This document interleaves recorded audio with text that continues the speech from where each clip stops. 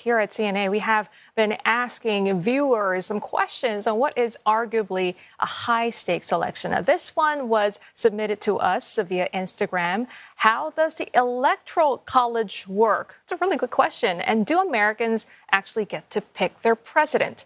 Our Look Wei Sue can answer that question, and she's been looking at the Electoral College and how U.S. presidents are elected.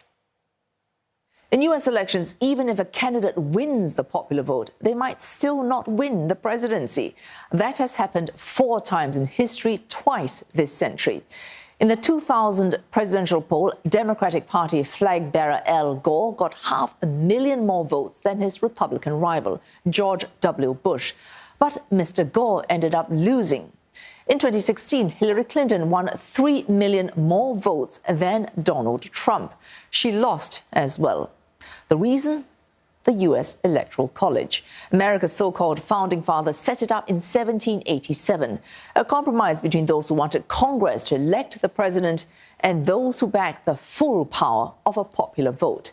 It was also a balancing act between the more populous North and the more slave-reliant South. The founding fathers assigned a certain number of electoral votes to each state, and this has remained largely unchanged. So when Americans cast their ballots, they are not, in fact, choosing a candidate, but are instead voting for the way in which their state electors will vote. And in most states, that's 48 of them, the winner of the popular vote takes all of that state's electors.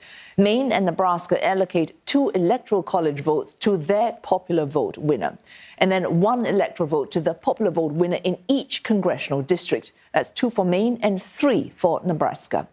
Countrywide, the Electoral College consists of 538 electors. It adds up to 1 for each member of Congress, plus 3 for the District of Columbia. Each state is then allotted a certain number of electors dependent on the population. Now, California is the most populous state. It has 54 electors for its roughly 39 million residents. Wyoming is the least populous state. It has 3 electors for its roughly 600,000 people. This means 1 electoral delegate in California essentially representing more than 3 times the population than 1 delegate would in Wyoming. So voters in Wyoming, in effect, hold far more influence.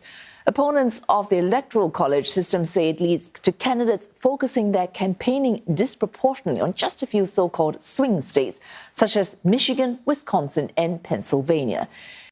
In fact, the path to the White House for both Donald Trump and Kamala Harris runs directly through these states, and both have been spending a lot of time there.